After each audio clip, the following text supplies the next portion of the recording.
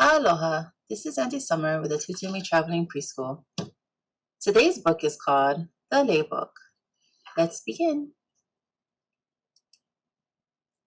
For the Pool of Hawaii. The very first Hawaiians brought with them the special art of weaving nature's treasures into jewelry from the heart. Nimble, patient fingers crafted garlands we call lei, a tradition rooted deeply that we carry on today.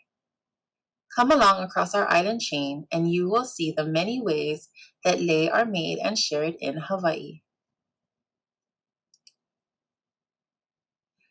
A lei of cheery mele mele for a friend who's feeling blue. A homemade lei of garden blooms that says, I love you. A lei to crown your po'o for a regal sort of style. A crinkly lei of candy that is sure to bring a smile. A lei of crisp green dollar bills on graduation day. A lei for all, big and small, on the 1st of May. A lei of sweet keiki pearls with a dizzying perfume.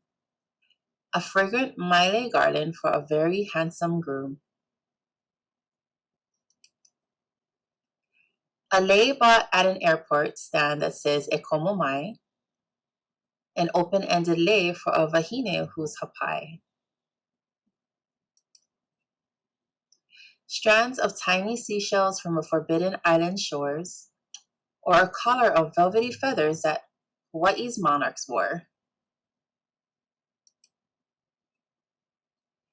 A lei is like a warm embrace from family or a friend. Though its petals may wilt and wither, its aloha has no end. Drape it on a tree branch and let nature do its work. Like August of the Aina, it will return back to the earth. We hope you enjoyed our Tūtū Storytime today. Ahui ho and malama pono.